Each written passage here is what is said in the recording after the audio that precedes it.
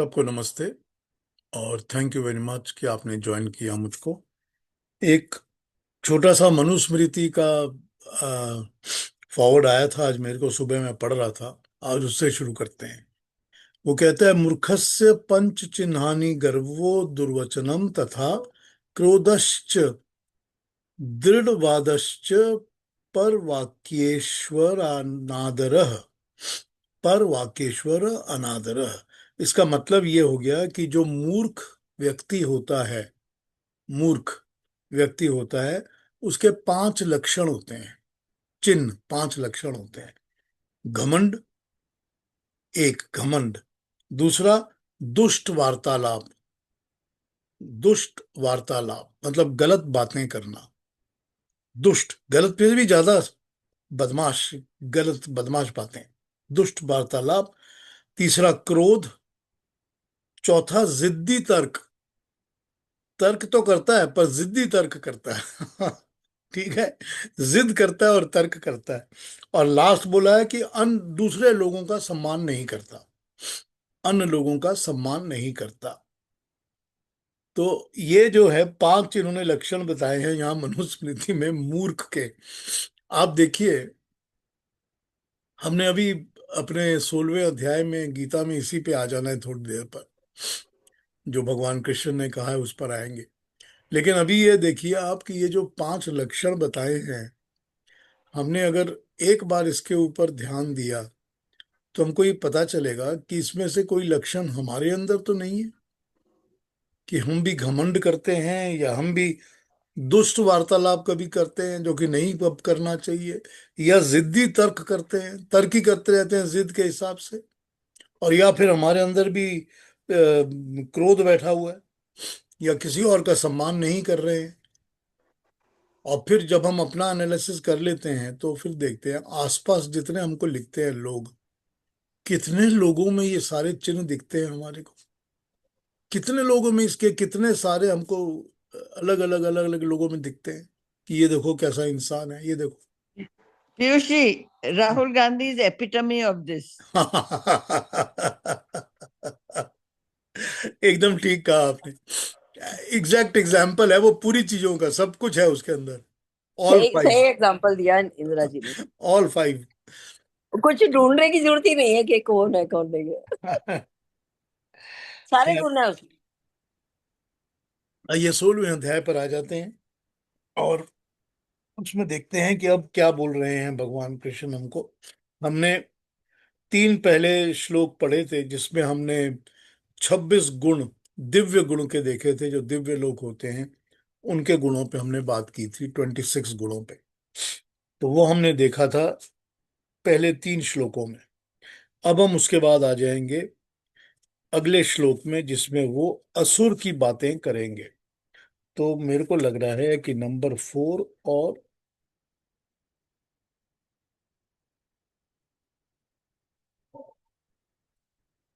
5,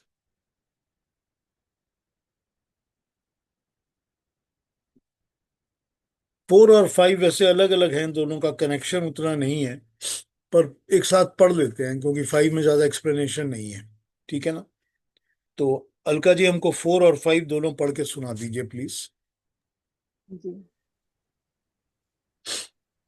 दंभो दर्पो अभिमानश्च क्रोधः पारुष्यमेव च अज्ञानं चापि जातस्य पार्थ सम्पदम् आसुरीम् दैवी सम्पदो द्विमोक्षाय निबन्धाय आसुरीमता माशु च सम्पदं देवीम् अधिजातोऽसि पांडव।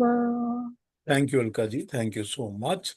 ये पहला जो 4 नंबर का श्लोक है, इसका मैं एक बार एक स्ट्रेट मीनिंग पढ़ता हूँ, फिर 5 का भी, और फिर उसके बाद इस पर बात करता हूँ।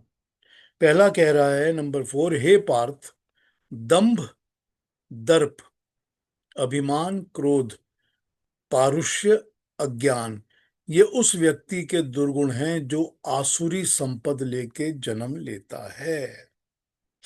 दंभ, घमंड, पाखंड, शो ऑफ। अगला दर्प, दर्प पूरा घमंड। फिर अभिमान, उसके बाद क्रोध, उसके बाद पारुष्यम का मतलब होता है कठोरता, बहुत कठोर होना, पारुष्यम कठोर होना। और फिर बताया है अज्ञानम, अज्ञान। ये सारे के सारे अभिजातस्य, जन्म लिए हुए हैं जिनके अंदर आसुरी संपत्ति होती है। अब उन्होंने पहले 26 गुण देवी बताए थे, अब सिर्फ 6 गुण बताए हैं जो आसुरी हैं, जो असुर होते हैं उनके। आता हूं इसके ऊपर। पांचवां जो श्लोक है वो कहता है, देवी संपद मोक्ष देने वाली है और आसुरी संपद बंधन में डालने वाली है। दैवी संपद मोक्ष देने वाली है और आसुरी संपद बंधन में डालने वाली है। हे पांडव, तू दुखी मत हो, क्योंकि तू देवी संपद लेके जन्म लिया हुआ मनुष्य है। अब इस पर थोड़ी बात करते हैं। यहां पर एक नोट है, पहले मैं नोट पढ़ता हूं, फिर बाकी ट्रांसलेशंस पे भी आ जाऊंगा। इस प्रकरण में गीता ने व्यक्ति, समाज और राष्ट्र, व्यक्ति, समाज और राष्ट्र, देखिए, individual, collective society and the entire kingdom और एंटायर कंट्री, ठीक है, इनके अंदर दिखाई दे रहे दो प्रकार के आधारभूत विचारों की तरफ संकेत किया है। इनके अंदर जो बेसिक दिखाई देता है ना, उसका इंडिकेशन इन श्लोकों में किया गया है। सद्गुण, दैवी संपद, मानव की उच्च प्रकृति एक तरफ है। अच्छे गुण और देवी संपद, ये एक साइड है जिसको कि मानव उच्च प्रकृति कहा जा सकता है। दुर्गुण आसुरी संपद, मानव की नीच प्रकृति दूसरी तरफ है। दूसरी साइड पर ये नीच प्रकृति, लो नेचर, खराब खराब नेचर जो हो सकती है, ये दूसरी तरफ है। व्यक्ति को देखें, समाज को देखें या राष्ट्र को देखें, सब जगह इन दो प्रकृतियों का मुकाबला होता रहता है। मानव के व्यक्तिगत जीवन में भय, मलिनता, अज्ञान, दंभ, दर्प, अभिमान, क्रोध उसे आसुरी बनाए रखते हैं। मानव के व्यक्तिगत जीवन में, हमारे इंडिविजुअल लाइफ्स में, हमारी अपनी जिंदगी में भय, डर, मलिनता, छोटापन, छोटापन, अज्ञान, दंभ, दर्प, अभिमान, क्रोध, ये सब के सब हमारे अंदर आसुरी शक्तियों को बनाए रखते हैं हमारे अंदर। कभी कोई, कभी कोई, कभी सारे मिलकर, कभी एक आध, जो भी है इसी तरह का हमको बनाए रखता है। इनका मुकाबला करके उसे विनम्र और निर्भय होना, शुद्ध, ज्ञानी, नम्र, प्रेममय होना, ये दिव्य गुण है। इन्हीं को पाकर वो प्रकृति से मुक्त होकर परमात्मा की तरफ जाने लायक राह पर चल पड़ता है। समाज भी सदा इन दुर्गुणों से आक्रांत रहता है। व्यक्ति भयभीत जीवन व्यतीत करने लगे तो समाज स्वयं भयभीत रहने लगेगा। गंदा समाज, मूर्खों का समाज, अभिमान में दूसरों से अपने को ऊंचा और दूसरों को नीचा समझने वाला समाज भारत में, यूरोप में, सब जगह पाया जाता है। इन सामाजिक दुर्गुणों को दूर करना और संपूर्ण विश्व में एकता का सूत्रपात रखना ही सामाजिक दृष्टि से दैवी संपद है। हम जिस संपत्ति का संचय करते रहते हैं उसे गीता ने आसुरी संपत्ति कहा है। आसुरी संपत्ति का परित्याग करके हमें दैवी संपत्ति का संचय करना है। राष्ट्र की दृष्टि से कुरुक्षेत्र के मैदान में एक तरफ पांडव और दूसरी तरफ कौरव लड़ने के लिए खड़े हैं। ये देवों और असुरों का ही संग्राम का एक मूर्त रूप था। वो अमूर्त रूप में हम सब के हृदय में चल रहा है। युद्ध में खड़े होकर ये घोषणा करना कि बाहर का संग्राम तो मनुष्य के, मानव के भीतर चल रहे देव और असुर के संग्राम का प्रतीक है, ये गीता की विशेषता है। भगवान कृष्ण ने युद्धों के मैदान में बह रही नदियों का स्रोत मनुष्य के मन में देवासुर प्रकृतियों में ढूंढकर एक महान सत्य पर उंगली रख दी है। यूनेस्को के विधान में लिखा है, war begins in the mind of man. क्या गीता की ये घोषणा कि विश्व में युद्ध मानव के देवी आसुरी प्रकृतियों का ही परिणाम है। हजारों वर्ष पूर्व इसी सत्य की घोषणा नहीं की है जिसको आज भी संसार मान रहा है और इसी विचार पर चल रहा है। देखिए, अभी आधे नोट्स पढ़े, आधे बाकी हैं। कितना सिंपल तरीके से ये बताया गया है कि जब गीता में भगवान कृष्ण इस बात को डिफाइन कर रहे हैं बताकर कि जो युद्ध होता है, लड़ाई होती है, वो हमेशा देवी और आसुरी के बीच में होती है। और एक तरफ हमारे, इस तरफ पांडव की तरफ देवी संपत के लोग खड़े हैं, और उस तरफ जो दुर्योधन के लोग हैं वो सारे आसुरी संपत के लोग खड़े हैं। लेकिन ये जो युद्ध है, हम इसको इस तरह देख रहे हैं कि जैसे ये हमारी आंखों के सामने फिजिकल रूप में दिख रहा है, दो तरफ डिवाइड हुआ हुआ वॉर में लगी हुई सेनाएं। लेकिन यही युद्ध तो हमेशा हम लोगों के अंदर, मनुष्य के अंदर चलता रहता है। यही तो हमारे अंदर हमेशा चलता रहता है कि मैं ये काम करूं या ये काम करूं, कि कभी हमारा अभिमान, कभी हमारा गर्व और दंभ हमारे ऊपर छा जाता है, और कभी हमको लगता है कि नहीं, हमको ये अवगुण, ये बुरी चीजें छोड़ देनी चाहिए। कभी हम ज्ञान की तरफ चलते हैं और कभी हम अज्ञान के साथ जुड़े रहते हैं। और जब जुड़ते हैं अज्ञान के साथ तो अभिमान साथ आ जाता है कि हम तो बहुत अच्छा कर रहे हैं, हमको यही करना है। अब ये चीजें आदमी, इंसान के अंदर, मनुष्य के अंदर भी होती हैं, समाज के अंदर भी होती हैं, और पूरे के पूरी कंट्रीज में भी होती है। हमको दिखती है, बिल्कुल दिखती है। ये चीजें एटीट्यूड्स के अंदर दिखती हैं, गवर्नमेंट के बिहेवियर के अंदर दिखती हैं। आफ्टर ऑल गवर्नमेंट और कंट्रीज भी तो उस इंडिविजुअल्स की ही बनी हुई है ना, जिनके अंदर ये चीजें मौजूद हैं, ये गुण मौजूद है। और यही तो वो देव और असुर का संग्राम है ना, लड़ाई है, जो हमेशा से ही सृष्टि में, हमेशा से दुनिया में चलती आई है। यही वो लड़ाई है जो हमेशा चलती आई है, आज भी चल रही है, पहले भी चल रही थी, हमेशा चलेगी। और ये हमारे अपने माइंड के अंदर भी हमेशा चलती रहती है, हमारे अपने माइंड के अंदर चलती रहती है। जब हम इसको जीत जाते हैं तब हमारी जो दैवी संपद है वो हमको मोक्ष की तरफ लेके जाती है। क्यों मोक्ष की तरफ लेके जाती है? क्योंकि वो ये सारे प्रकृति के बंधनों को काट देती है। ये जो पहले श्लोक में बताया गया था कि जिसने तेरे को, प्रकृति के बंधनों ने जो तुझे जकड़ा हुआ है ना, पेड़ की जो ब्रांचेस हैं, जो उल्टे लटका हुआ पेड़ है, उनको तुझे काटना पड़ेगा।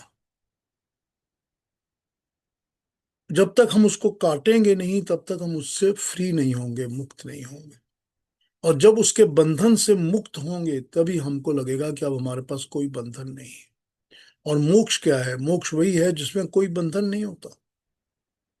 और जब वो कहते हैं कि आसुरी संपत्ति बांधने वाली होती है, तो उसका मतलब यही होता है कि जन्म और मरण के बंधन में मनुष्य हमेशा बंधा रहता है।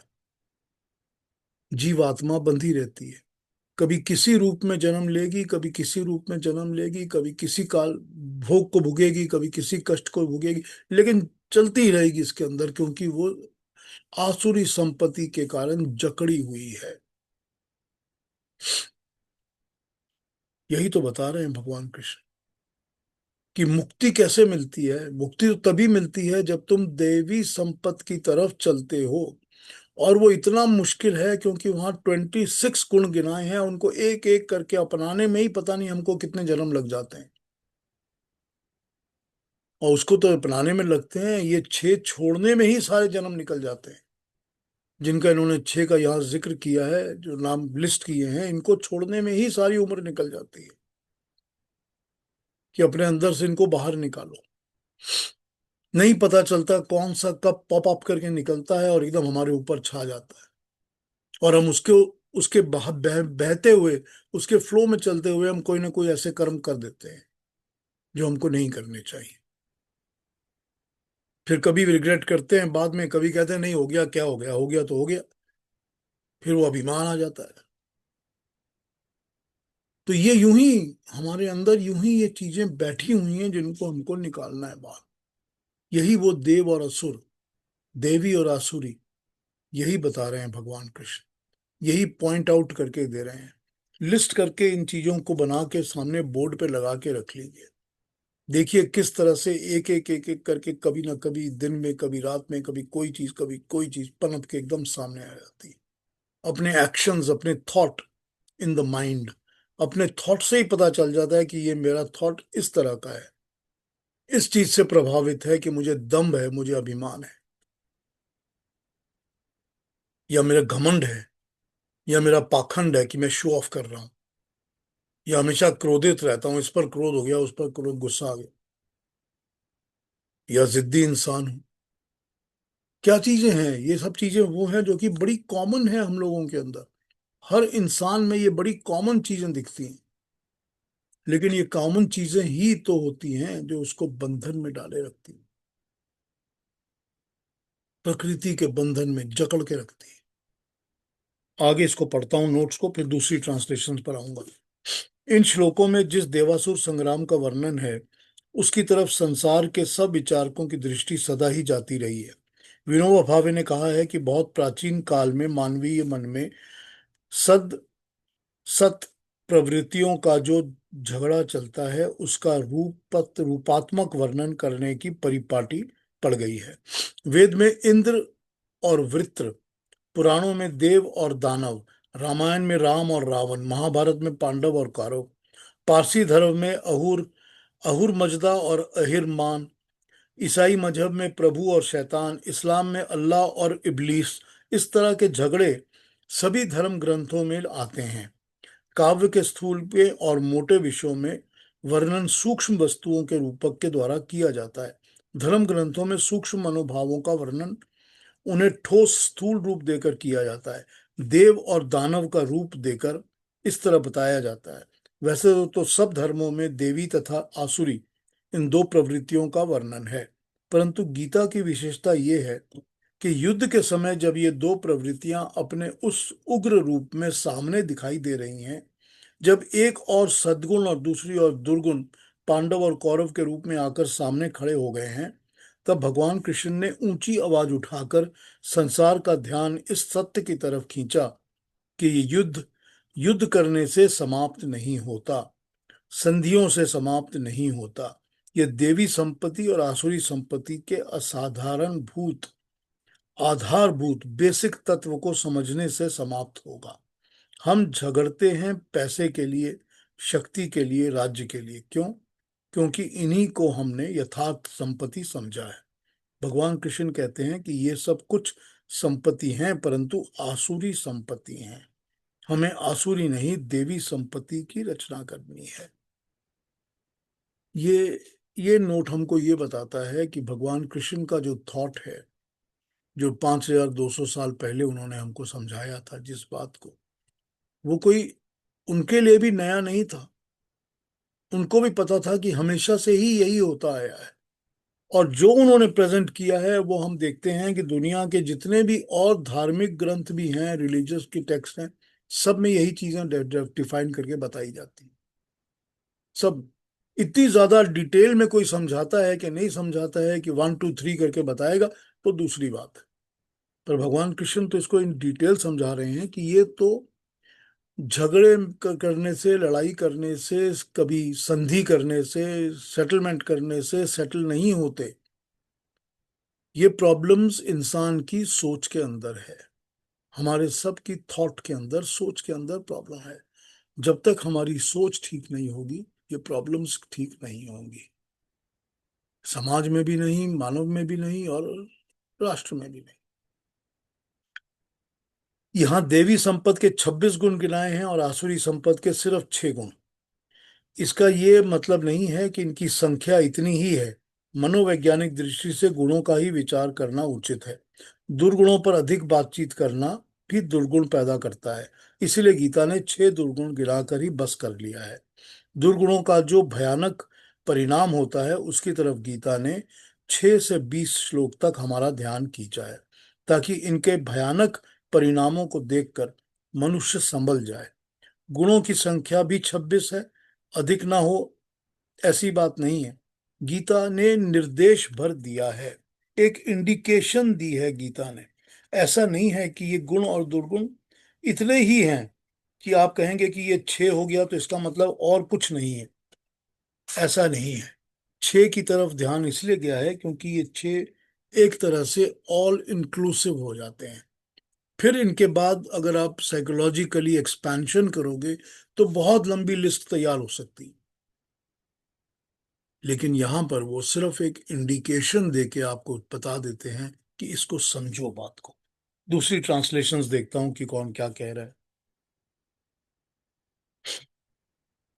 4 और 5। हिपोक्रेसी, दम्भ को हिपोक्रेसी का, hypocrisy arrogance, pride and anger, sternness and ignorance. These are the marks of him who is born with demonized properties. The divine endowment has been recognized as conducive to liberation, and the demonic one as leading to bondage. Grieve not, O Arjun, for you are born with the divine properties. और देखते हैं यथार्थ क्या कह रही है।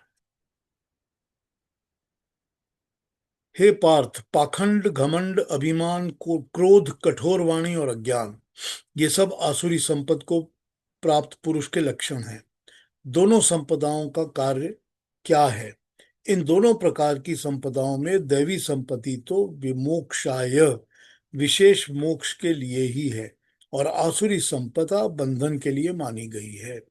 हे अर्जुन, तू शोक मत कर, क्योंकि देवी संपत्ति का तू प्राप्त देवी संपत्ति को हुआ है। आगे और देखें।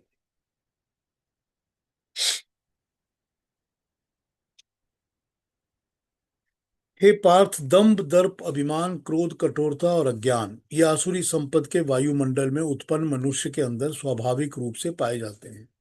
देवी संपद मोक्ष के लिए है और आसुरी संपद बंधन के लिए। दुखी मत हो, क्योंकि तू देवी संपद में जन्म लिया हुआ मनुष्य है। एक और।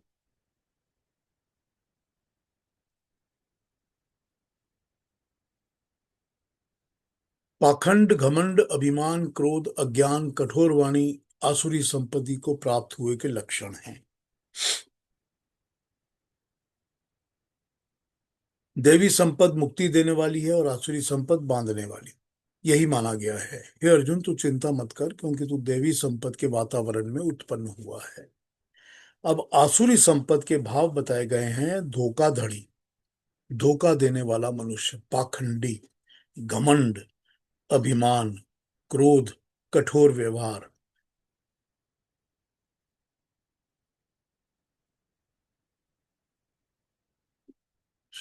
1 2 3 4 5 6। और अज्ञान। अब ये घमंड, पाखंड, अभिमान, क्रोध, अज्ञान, कठोर वाणी वाले, ये सब आसुरी संपत्ति वाले बताए गए हैं।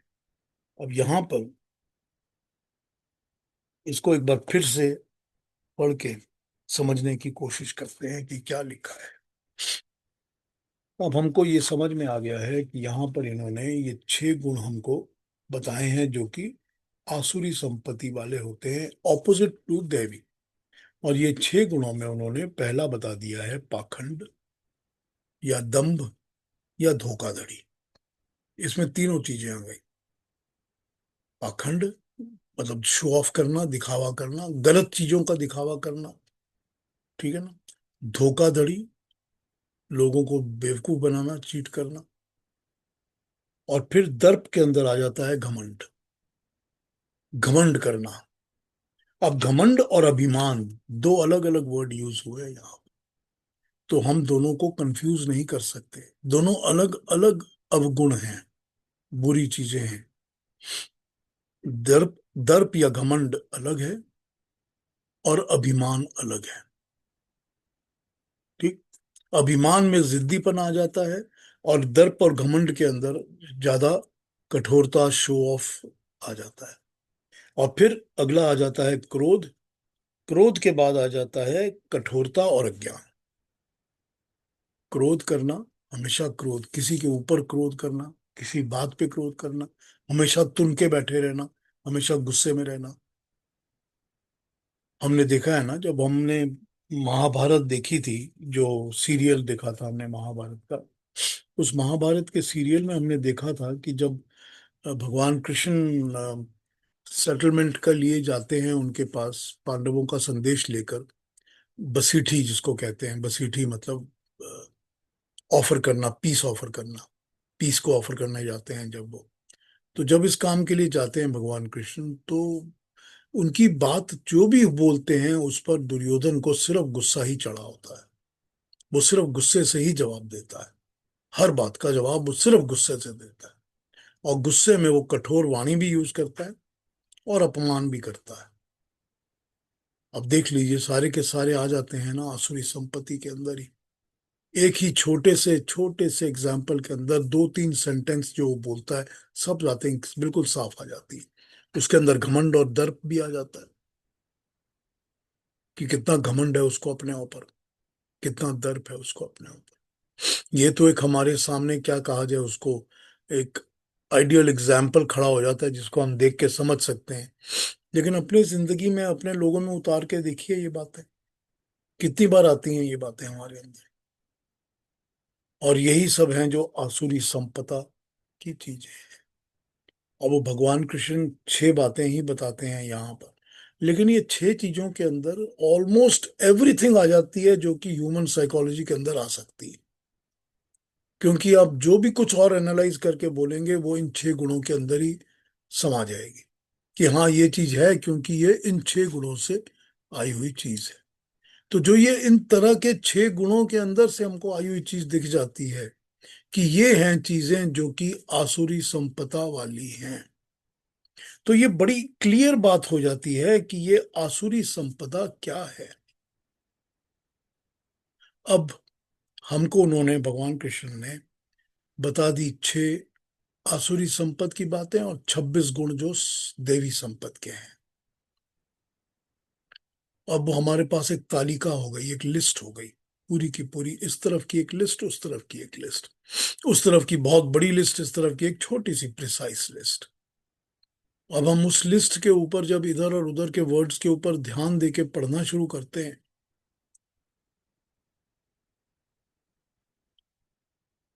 तो हमको ये पता चलता है कि कौन कौन से गुण हमको अपनाने हैं, किनको हमको बाहर निकालना है, कौन सी चीजें हमारे अंदर है जिसको we have to drive them out, we have to throw them away.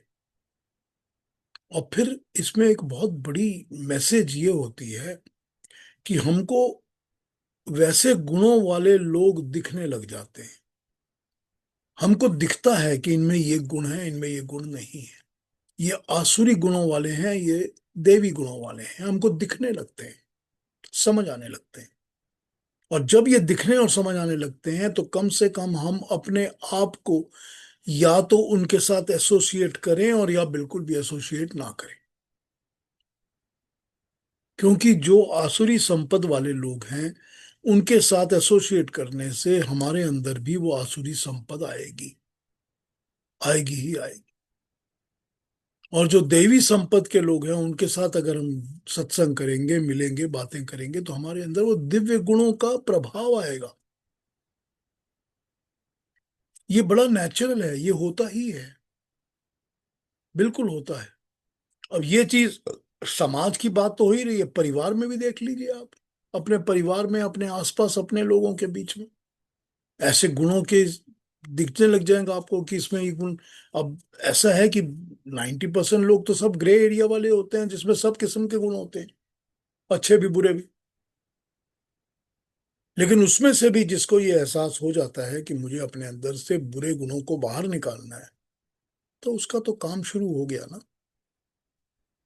कम से कम ये तो शुरू हो गया कि मुझे इनको बाहर निकालना है, मुझे देवी गुणों की तरफ चलना है।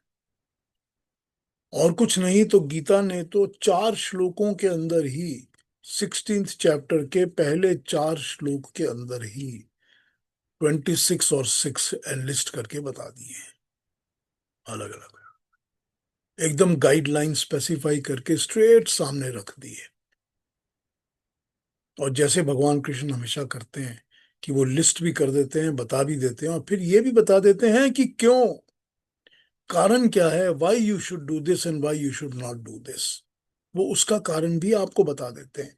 वो 5वें श्लोक को शुरू ही उस तरह करते हैं कि देवी संपदा वालों को मुक्ति मोक्ष मिलता है और आसुरी संपदा वालों को बंधन मिलता है। बड़ा क्लियर है ना।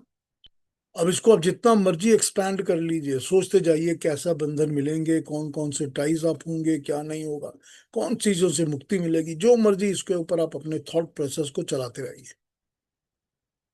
लेकिन वो कैसे अपने पूरी बात को बस थोड़े से वर्ड्स के अंदर, 4 श्लोकों के अंदर, या यूं कहूं कि 4.5 श्लोक में वो कंप्लीट थ्योरी आपके सामने रख देते हैं। इसके ऊपर एक पूरी ट्रीटीज लिख लीजिए आप, पीएचडी हो जाएगी आपकी। ये 5 4 श्लोकों के ऊपर ही लिख लीजिए, एक्सपैंड करके इसी के ऊपर लिख लीजिए, पूरी की पूरी एक आपकी किताब बन जाएगी सिर्फ सिर्फ इन 4 5 श्लोकों के ऊपर। और इतना एक्सपेंसिव एक्सप्लेनेशन हो सकता है इन चीजों का, हर एक गुण का। एक देवी संपदा के गुणों को 1 2 3 करके गिनना शुरू करिए और उस पर एक्सपैंड करना शुरू करिए, सोचना शुरू करिए। एंडलेस एंडलेस आ जाएंगी दिमाग में बातें, और सारी सोसाइटी के एग्जाम्पल हमारे सामने आने लग जाएंगे।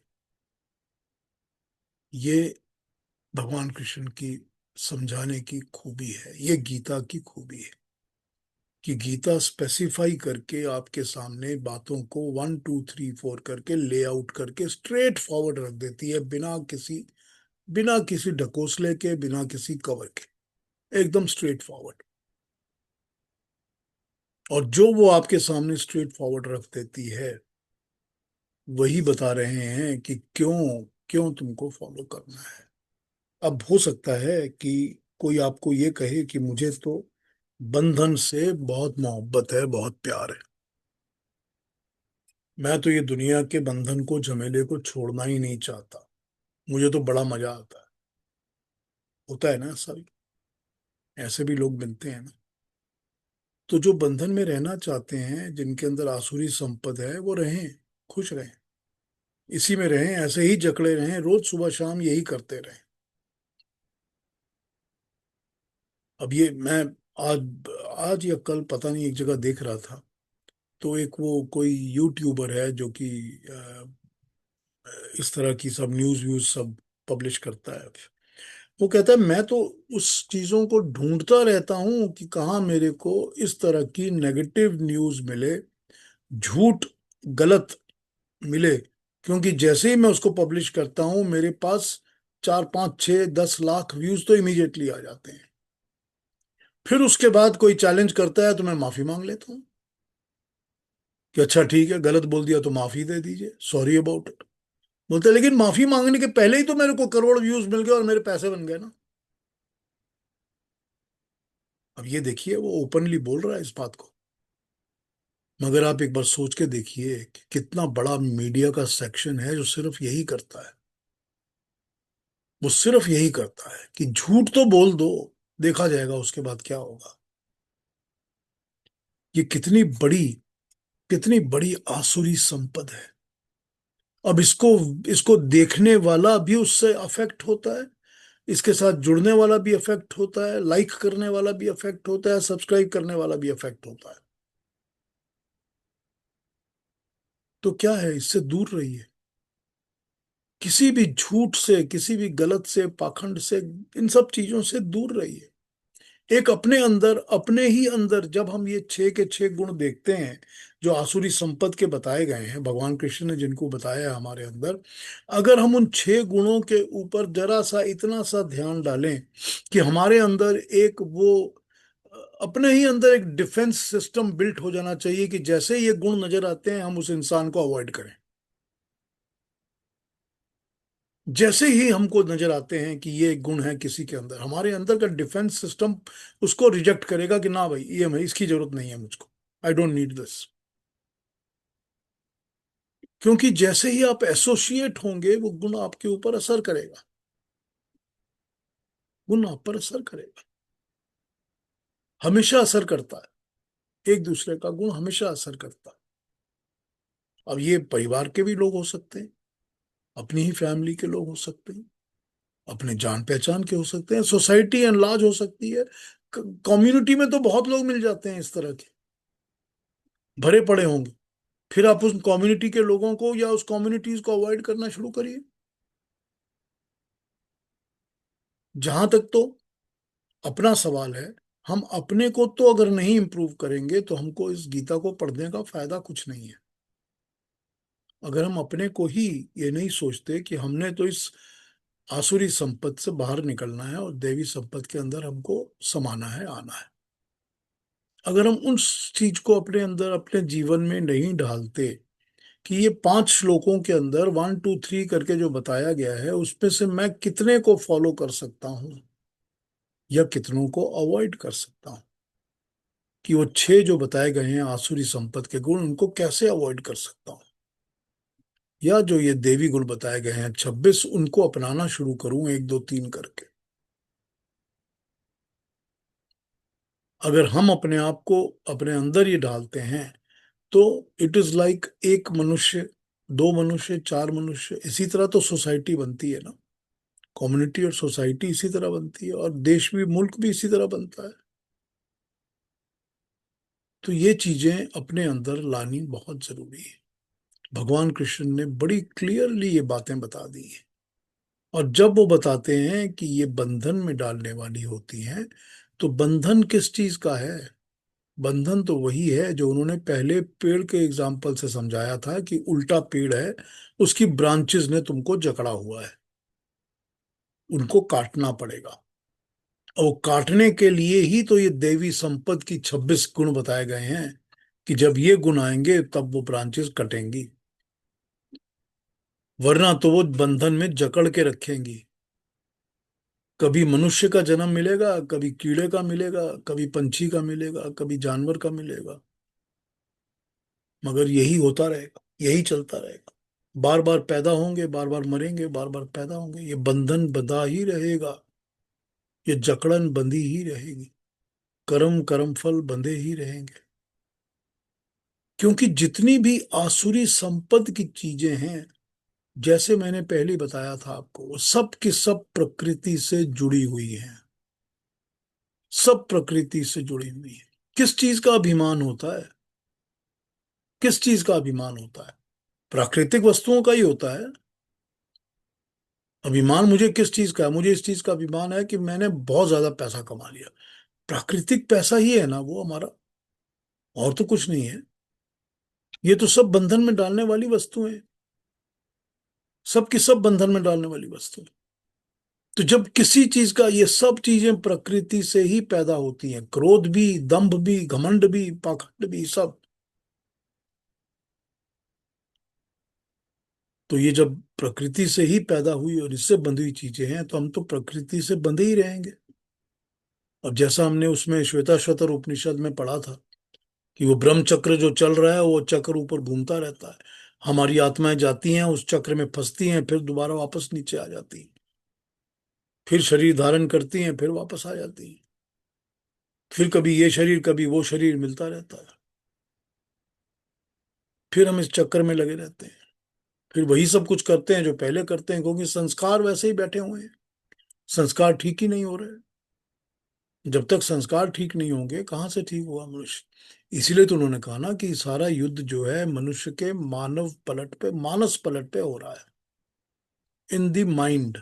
सब कुछ मनुष्य के अपनी अकल और बुद्धि के अंदर हो रहा है। अकल बुद्धि और मन से ही तो उसने अपने आप को देवी या आसुरी बनाना है ना।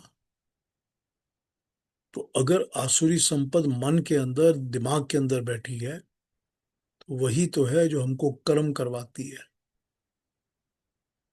और वही तो है जो हमको कर्म फल दिलवाती है। तो ये भगवान कृष्ण ने आसुरी और देवी संपद की क्लासिफिकेशंस करके हमको बताया है। कुछ पूछना हो तो पूछ लीजिए, अभी है टाइम हमारे पास, फिर अगला श्लोक ले लेंगे हम। पर कुछ पूछना हो तो पूछ लीजिए, बात कहनी हो या कुछ और समझना हो तो पूछ लीजिए मेरे से। हाँ पीयूष जी, केतु जी। अ, बहुत अच्छा बताया आपने। It's very nice to know. एक शब्द है ये घमंड, और दूसरा शब्द जो मेरे मन में आता है वो है गर्व। तो क्या ये कह सकते हैं कि घमंड is more of a negative connotation and गर्व इज पॉजिटिव कन्नोटेशन, हालांकि दोनों में शायद फाइन डिफरेंस हो सकता है? आपने शायद पॉजिटिव नेगेटिव वर्ड यूज करके एकदम परफेक्ट डिस्क्रिप्शन कर दी है। क्योंकि जो गर्व होता है उसमें शो ऑफ नहीं होता। हाँ। और गर्व के अंदर क्या होता है कि मुझको किसी भी चीज पे गर्व हो सकता है क्योंकि ये मेरी अचीवमेंट है। राइट। और गर्व जो होता है वो ड्राइविंग फोर्स हो जाता है। फिर वो आपको ड्राइव करता है टुवर्ड्स बेटर अचीवमेंट्स। लेकिन गर्वान्वित होना मतलब गर्व के साथ होना बहुत पॉजिटिव चीज है। हम्म। लेकिन जब वो गर्व जो है जब वो शो ऑफ बन जाता है या बेटर देन एवरीबडी एल्स हो जाता है तो वो घमंड बन जाता है। ठीक है।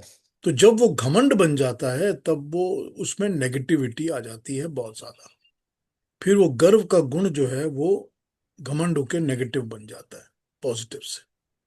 आपने बिल्कुल ठीक दोनों वर्ड्स यूज किए हैं, पॉजिटिव एंड तो नेगेटिव। बहुत फाइन डिफरेंस है दोनों में, it could switch from one two another. Fine difference वहां आ जाता है जहां शो ऑफ आती है। हाँ।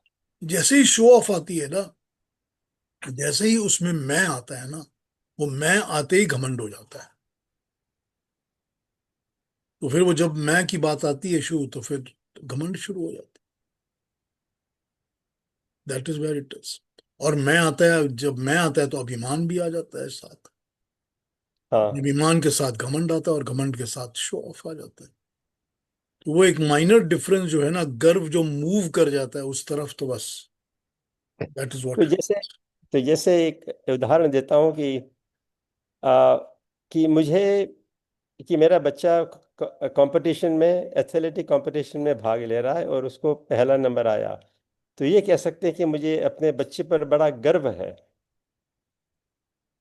घमंड नहीं है, गर्व है। ठीक है ना?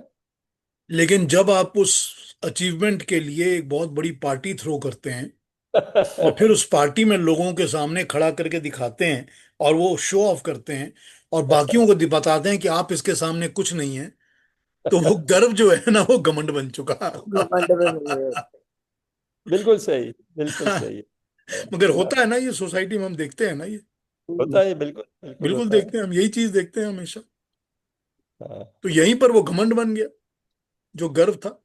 और हमने फिर किया क्या, हमने किया ये कि हमने अपने साथ साथ अपने उस बच्चे को भी तो घमंड करना सिखाया। दिखाया। हमने हाँ जी। पास ऑन कर दिया। यही होता है। चलो, वेरी नाइस। हाँ जी, कोई और थॉट, कोई और पूछना है, कोई और बात करनी है? Anybody else has any comment और टॉक्स क्वेश्चन? बहुत फिलोसॉफिकल था पीयूष जी। फिलोसॉफिकल तो है, भगवान कृष्ण की गीता ही फिलोसॉफिकल है पूरी। हम्म। पूरी फिलोसफी फिलोसफी है। यही तो मैं बता रहा हूँ ना, ये 5 श्लोक, 4.5 श्लोक लेकर ही पूरी थीसिस बनाई जा सकती है कंप्लीट। राइट। साइकोलॉजिकल थीसिस बन जाएगी कंप्लीट ये 5 श्लोकों को लेकर।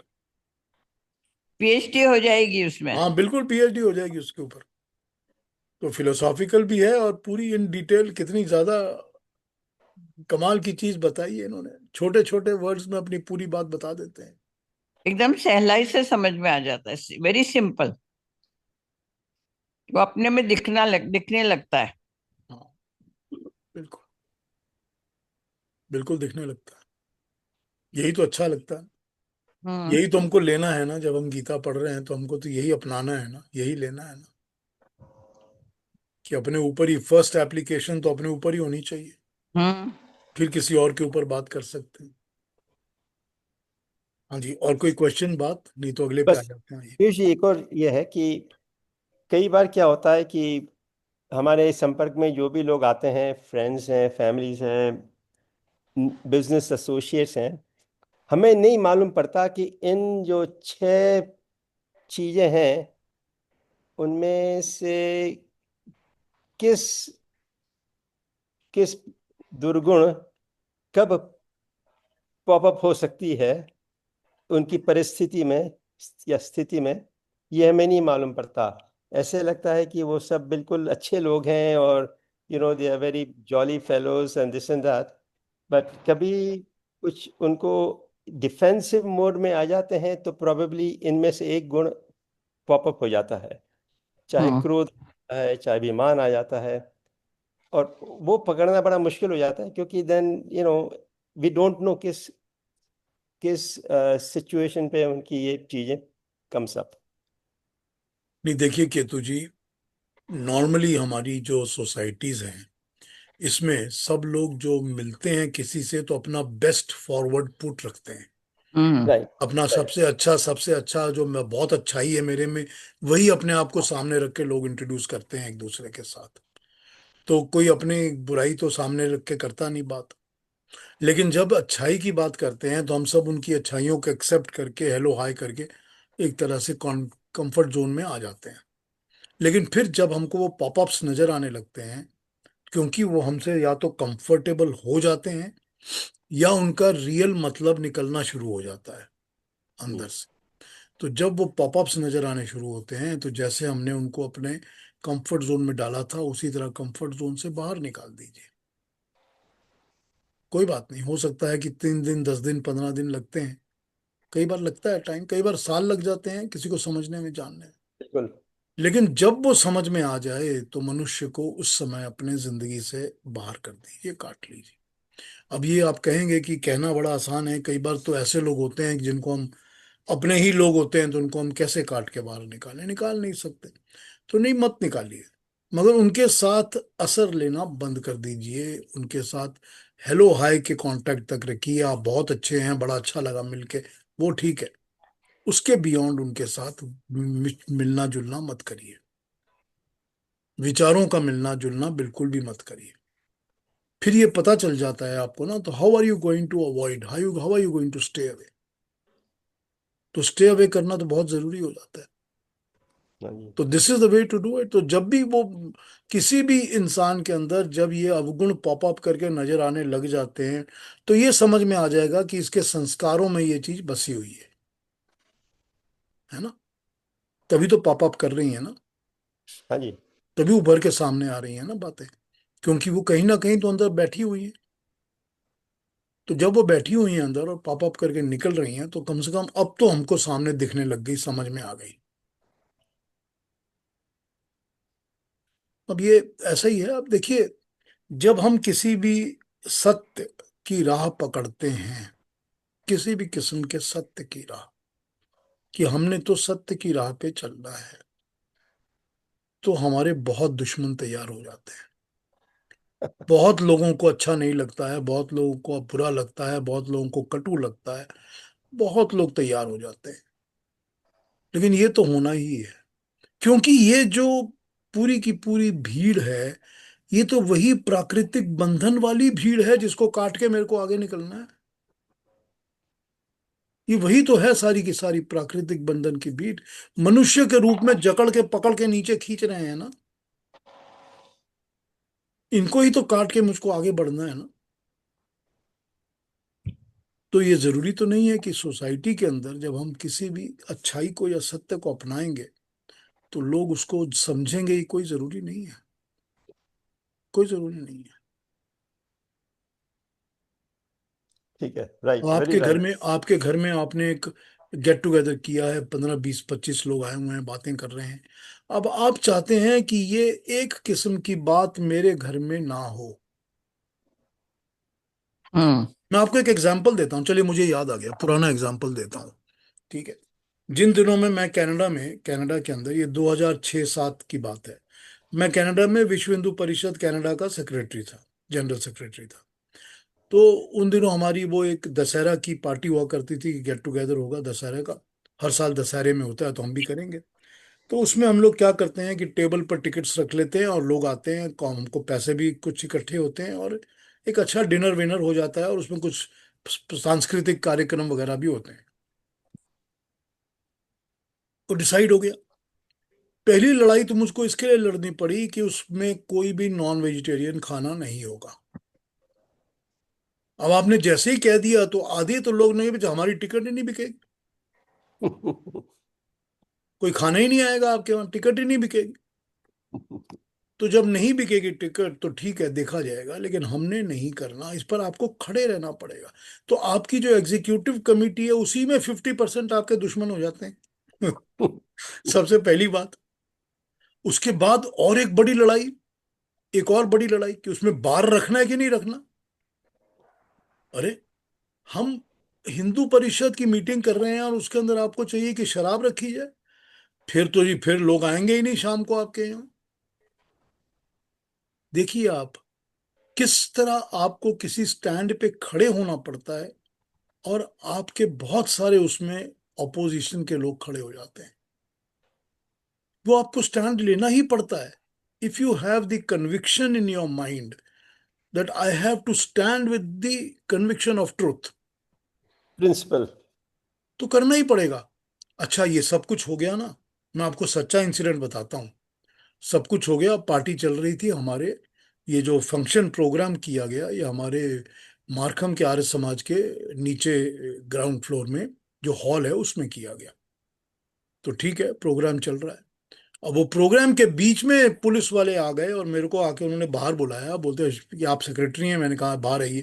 कहते पार्किंग लॉट में खड़े लोग शराब पी रहे हैं। आप बताइए, मैं अंदर हमने मना कर दिया तो लोग पार्किंग लॉट में खड़े होके पी रहे हैं। कोई हद होती है। मैंने कहा जो पी रहा है, जो आपको नजर आता है अरेस्ट करिए, ले जाइए, वी हैव नो ऑब्जेक्शन, हमारी तरफ से आपको खुली छूट है। तो अब ये होता है कि भाई मेंबर आके बोलता है ये मेरे मेरे बेटे को पकड़ लिया जी, मेरे बाप को पकड़ लिया, यही चलता है ना फिर। तो ये तो देखिए, सोसाइटी के अंदर आपको अगर इसको काटना है, it's a very difficult task, very difficult task, but you have to stand to it. Yes. ये कन्विक्शन तो अपने अंदर होनी पड़ती है ना, कैरेक्टर की कन्विक्शन होती है ना, कि नहीं, गलत के सामने मैंने नहीं झुकना। हम्म। वरना तो कॉम्प्रोमाइज तो इंसान हमेशा सोचता है कि कॉम्प्रोमाइज कर लो यार, कोई बात नहीं। But compromise will give you the same bad quality जो दूसरे की है। फिर वही ना कि कर्म और अकर्म जो होता है वो भी तो कुकर्म होता है ना। बात तो हम्म। वही हो गई ना कि कुकर्म तो हो गया ना, कुकर्म का हम्म। साथ तो दे दिया आपने। बहुत डिफिकल्ट है, बहुत डिफिकल्ट है, लेकिन करना पड़ता है। यही तो यस। उन्होंने कहा ना कि कुल्हाड़ी लेके उन ब्रांचेस को काटना पड़ेगा जिन्होंने जकड़ा हुआ है। यही है मुश्किल काम। हाँ जी, पर कोई कुछ पीयूष कहेंगे। जी, मंदिर परिसर में वैसे ही ये चीजें ऑब्जेक्शनेबल हैं, तो वो कैसे हिंदूज हैं जो कि ये सोच रहे हैं या पार्किंग में खड़े होके भी कर रहे हैं? तो that is very bad. Very bad तो आप सोच रहे हो ना, उनके लिए तो वेरी गुड है। जिसके अंदर इस तरह की आसुरी संपत है वो तो ये कहता है कि मुझे तो हर जगह अलाउ होना चाहिए, इसमें क्या प्रॉब्लम है, घर में तो मैं रोज पीता हूँ, मेरे घर में भी मंदिर है, यस। मुझे कोई प्रॉब्लम ही नहीं होती है, तो फिर आप कैसे मना कर सकते हैं। तो ये तो मतलब आपका विचार और मेरा विचार है ना, सबके विचार अपने अपने हैं। तो जब हम्म। तक ये आसुरी संपद का विचार के अंदर क्लैरिफिकेशन नहीं होगा, तब तक हम इस पे काम नहीं कर सकेंगे। तभी तो थॉट्स है ना, इंसान की अपनी सोच है ना, सोच के अंदर ही तो, माइंड के अंदर ही तो सबसे पहला है ना जो काम होना चाहिए। हिंदी में मिलाएंगे तो। हाँ जी। अब कुछ कहेंगे और कोई कोई बात करनी। सॉरी, पीयूष थोड़ा जी, थोड़ा पर्सनल एग्जांपल निकल गया आज, तो बात हो गई मगर। हाँ जी। पीयूष जी, जो आपने बताया था कि जो जन्म से ये लेके आते हैं असुरी संपत्ति, उनको कैसे संभाला जाए? नहीं, ये तो देखिए, जो जन्म से लेकर आते हैं आसुरी संपत्ति, उन्हीं के अंदर तो संस्कार बना होता है ना, उन्हीं के तो संस्कार हमको दिख जाते हैं ना सामने। हम्म। जब वो बातें करते हैं, देखिए, सबसे पहला तो कोई जब आपसे बात करता है तो उसका आधा कैरेक्टर सामने आ जाता है। हम्म। फिर उसके बिल्कुल। बिहेवियर, उसके काम, उसके कर्मों से पता चल जाता है। तो हम्म। ये तो जैसे ही मनुष्य के अंदर आपको दिखेंगे संस्कारों के अंदर, तो आपको पता चल जाएगा ये आसुरी संपत्ति के साथ जन्म लिया हुआ मनुष्य है। हम्म। तो ये दिखता है सामने। जब दिखता है तो अवॉइड करिए। जरा जब ये बच्चे कॉलेज में आते हैं और उसमें दिखता है, तो उनका तो सुधारना अपना काम होता है ना, हम लोग का। होता है, बिल्कुल। आप टीचर हैं, प्रोफेसर हैं, तो आपका काम होता है उनको सुधारना। सोसाइटी के अंदर जब आप किसी भी चीज को एड्रेस करते हैं, मैं भी जब किसी भी चीज में पब्लिक मीटिंग्स में टॉक करता हूँ, बातें करता हूँ, तो हालांकि उस पूरी की पूरी कम्युनिटी के अंदर हर उम्र के लोग होते हैं, छोटे भी होते हैं, बड़े भी होते हैं, सब उम्र के लोग होते हैं। लेकिन फिर भी फिर भी अगर आप उस स्टेज पे खड़े हो या आपका वो पोजीशन है, तो इट इज योर जॉब कि आप कम से कम अपनी तरफ से तो एफर्ट पूरा करो। तो ये सुधारने का काम तो आपका है ही, क्योंकि आप उस समय टीचर हो या प्रोफेसर हो, तो आपका सुधारने का काम है। लेकिन कितना, जितना आप कर सकते हैं उतना आप करिए, अपना कर्म पूरा करिए, अपनी तरफ से पूरा काम करिए। ये तो मैं कर सकता हूँ। अब आपको अपने जीवन में ऐसे लोग मिले हैं, क्योंकि आपका बहुत लंबा करियर हो गया है एज अ टीचर। आपको अपने जीवन में ऐसे लोग मिले हैं जिन्होंने आपकी बातें सुन के अपने आप को सुधार लिया, है ना? मिले, कई हम्म। मिले हैं आपको ऐसे लोग जिन्होंने आपकी बात सुन के अपने आप को चेंज कर लिया, सुधार लिया। तो आपका काम सक्सेसफुल तो हुआ ना। तो सुनते भी तो हैं ना लोग जिनको आप बताते हैं। तो ठीक है, हमारा काम है करना, तो आप अपना काम तो कर रही हैं। जैसे हम लोग का campus was alcohol free and was pure vegetarian. अब बच्चे लोग आके छिपा करके रख देते थे, और पेरेंट्स लाके उनको दारू शराब देते थे, बियर की बोतलें। तो हम लोग को पेरेंट्स को सुधारते हैं फिर, के पेरेंट्स को बोलते हैं, कैसा मत करिए तो दोनों अपने बातें हैं, बच्चों के। दोनों बातें हैं ना। अगर बच्चा सुधर जाएगा तो अपने पेरेंट को बोलेगा मत लेकर आओ। दोनों हम्म। बातें हैं ना। जी। राइट तो ये राइट। तो, अब ये सुधार तो देखिए, effort, you can put the effort, मगर जिसके अंदर ये आसुरी संपद बैठी हुई होगी, वो सुधरेगा ही नहीं, क्योंकि वो आर्ग्यू करेगा। फिर वही हम्म। ना, जिद्दी तर्क करेगा। करेक्ट, ये और आर्ग्यू करने के बाद वो अपने, जो मैंने किया, मैं तो चोरी करके रोज लेकर आता हूं, इस पर उसको अभिमान होगा, होगा ना, अपने कुकर्म राइट। पर। हाँ।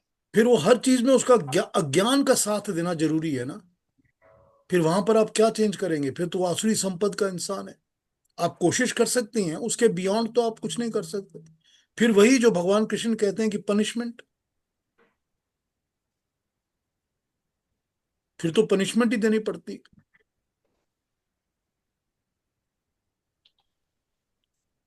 हाँ जी। अच्छे संस्कार भी एक लिमिट तक आप उसको दे सकते हैं ना, जिसके पास आसुरी वृत्तियां होंगी। उसके लिए तो बहुत जरूरी है ये समझना कि मेरे अंदर कोई खराबी है, मैं उसको खरा ठीक करना चाहता हूँ। बिल्कुल। अगर इस चीज को रिकॉग्नाइज ही नहीं करेंगे तो कहाँ से ठीक करेंगे? पहले तो अपने अंदर का अवगुण दिखना चाहिए ना, कि हाँ ये बुराई है। चाहे मुझे मेरी टीचर ने बता दी, मेरी टीचर ने ये बात बताई है, इसका मतलब ये मेरे अंदर बुराई है। वो भी तो एक अंदर एक आनी चाहिए ना, इस चीज की पहचान आनी चाहिए, तभी ठीक राइट। होगा ना। ये तो ठीक कैसे होगा? हम्म। तो रिकॉग्नाइज करना सबसे पहली जरूरी बात है। जब तक आप अपनी बीमारी को रिकॉग्नाइज नहीं करेंगे, आप इलाज कैसे कराएंगे? हाँ जी, और कोई बात, कोई पूछेंगे, कुछ कहेंगे? विषय पे दूरी तो नहीं बना सकते ना, we have to persist to get that असुरी शक्ति आउट, संपत्ति आउट। नहीं, एज अ टीचर आप परसिस्ट कर सकती हैं, पर as on a personal life तो आप दूरी बना सकती हैं ना। हम्म। ताकि ताकि आपके साथ साथ ना हो किसी का भी ऐसा, वो दूरी तो आप हम्म। बना सकते हैं ना। हाँ। परसिस्ट कर सकते हैं, because as a profession you have to do it. अगर मैं साइकोलॉजिस्ट हूं और मेरा काम है करना, तो मैं तो करूंगा ही ना। मैं तो दूरी हम्म। नहीं बना सकता, प्रोफेशनली तो करूंगा अपना काम, लेकिन राइट। पर्सनली तो मैं दूरी बना सकता हूँ। जी जी।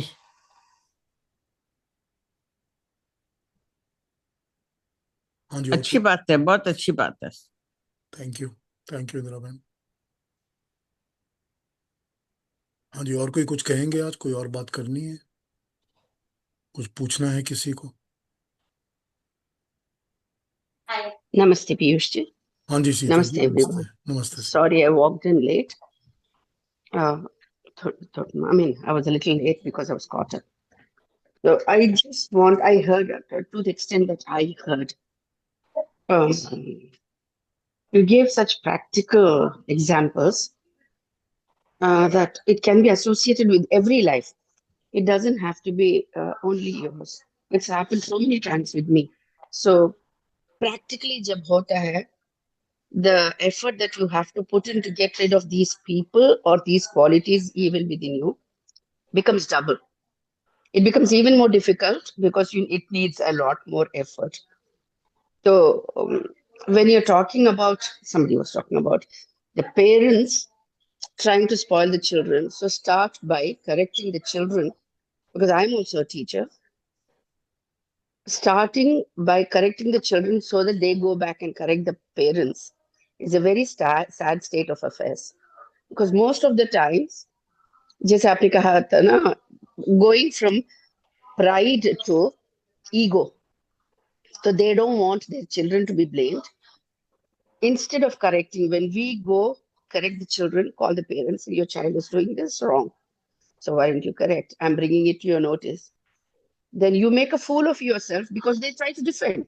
In front of the child, they defend. नहीं नहीं ऐसा नहीं करता मेरा बच्चा, ऐसा नहीं है, ऐसा नहीं किया होगा, या उसका इंटेंशन बुरा नहीं था, उसने कर दिया. So what correction is possible in such a case? What identification of bad qualities is possible with the child? Correction तो दूर की बात है, उसको आप as a parent सुधारने के बजाय आप उसको strengthen करते जा रही हो. So the child will never realize, even as a child or when he grows up as an adult, he will never accept that this is a negative quality. So what do you have to say about such parents more? It's a very I difficult situation. It's a very difficult जी, situation. See, you can only make an effort as long as you can make an effort. Normally कोई individually किसी बात को अगर नहीं समझता है तो उसको एक कलेक्टिव ग्रुप के अंदर ये मैसेज दे सकते हैं. लेकिन अब अगर पेरेंट्स उसको डिफेंड करके बोल रहे हैं कि इसमें कोई बुराई ही नहीं है, तो until and unless the child recognizes that yes, I have a negative, he will never be able to correct himself. तो वही बात आ गई ना कि जब तक ये पता नहीं चलेगा कि मेरे अंदर ये बुराई है, अवगुण है, करेक्शन कहाँ से आएगा? तो ये रियलाइजेशन कराना पड़ेगा कि इस चीज को हम अवगुण कहते हैं. तो अब मैं अगर क्लास में बैठा हूं और एक बच्चा जो है वो मेरी बात नहीं सुनता, तो कलेक्टिव लीड 20 बच्चों के अंदर मैं ये बात बोर्ड पे लिख के दे सकता हूं कि ये चीजें अवॉइड करो, these are bad habits. Now you may be proud about it that my father told me it is not, it's a very good thing. But the rest of the children are all listening to it, and in a group they accept that yes, this is bad. So somewhere individually it can make a difference. But मैं तो आपको एकदम छोटी सी एक example दे रहा हूँ. ये I know it's a difficult situation. Our job is to keep trying. mhm. But like you said, if you want to be straight, if you want to be truthful, you have more enemies in your own community. बाहर से आने की जरूरत नहीं है.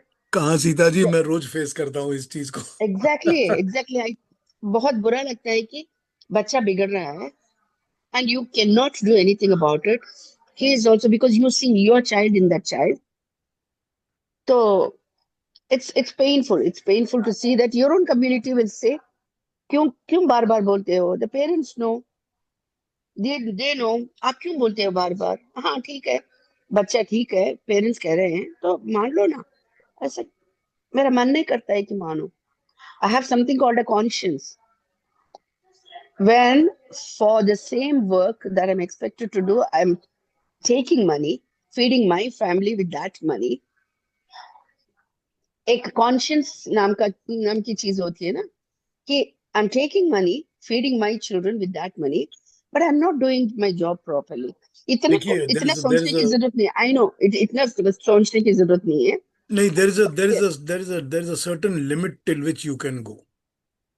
वो कहते हैं ना, जब मेडिकल वर्ल्ड में जब डॉक्टर्स को इलाज करते हैं कि बाकी का काम ऊपर वाले का है, मैंने अपना काम कर दिया, Mm, बोलते हैं ना ऐसा। कम से कम mm, फिल्मों में तो सुन रहे हैं ना, दैट कि doctor has treated somebody and then the family asks the doctor and he says कि I have done my job, बाकी ऊपर वाले का mm, काम। So you see, mm, you can go so far and you cannot go further. And when you cannot go further, the rest is you have taken care of what your conscious tells you to do, and that is what it is. mm. And thus अच्छा far and लगता no है। further. You cannot go any further about this. फिर उसमें Mm, ज्यादा involve होने से ना, वो अपने आप को असर करता है। Then it mm, is not good for us. Then the same thing, you should have to cut off and stay away from the negatives. And this is one of those negatives that you can't associate yourself with too much. You have done your job mm. and then stay away. So when your own community, who are supposed to do the same job as you're doing, and they don't do it, ulta, they try to criticize you for what you're doing. Yes. So for a minute, I have to stop and think, am I doing something wrong? जबकि wrong right हो जाता है in a community in such a situation, and right को wrong prove करने की कोशिश की जाती है. So very very disturbing मतलब trend, I would say. I thought I was the only one who faces this on a daily basis. We all face, So anybody who is working in the community will face it always. quite sad हमेशा actually. ऐसा होगा ही होगा, Yeah. और हमको ये face करना ही पड़ेगा। But then Nice. यही बात है ना कि अपने कर्म करिए और अपने कर्मों को साफ, अपने दिमाग को, दिल को साफ रखिए, बस। जी जी. That is all you can do. After all, Bhagwan Krishna went to Duryodhan and asked him, pleaded him not to have a war, isn't it? Mm, भगवान ने भी तो ट्राई किया था ना अपना काम करना। mm, वो mm. तो जो नहीं सुनने वाले हैं वो नहीं सुनने वाले हैं, वो नहीं आसुरी सुनेंगे. संपदा के लोग हैं। जी. We can only go so far and we cannot go further. Mm. So अच्छा लगता है जब you come to know that there are similar thinking people. People believe, I mean, who are there with the similar belief systems. So, okay, I'm not the only one. So there are lots of people who think like me and feel Yes. helpless that they're not able to Yes, implement. anybody and everybody who stands for convictions and truth will always face these problems. Yes, Always. absolutely, absolutely, It absolutely. is the way the world is. You can't help it. Mm, चलिए कल मिलें. Thank you so Let's get much. together tomorrow. We'll carry on with the नमस्ते next सबको। shloka. और थोड़ी लंबी हो गई आज बात तो फिर कल No, it was my मिलकर bad. बात करें। I joined in late and I think I कोई prolonged बात it. नहीं. Sorry. Listen to the recording from the beginning. Ji, ji, ji. Okay. Thank you. Thank you everybody. Namaste.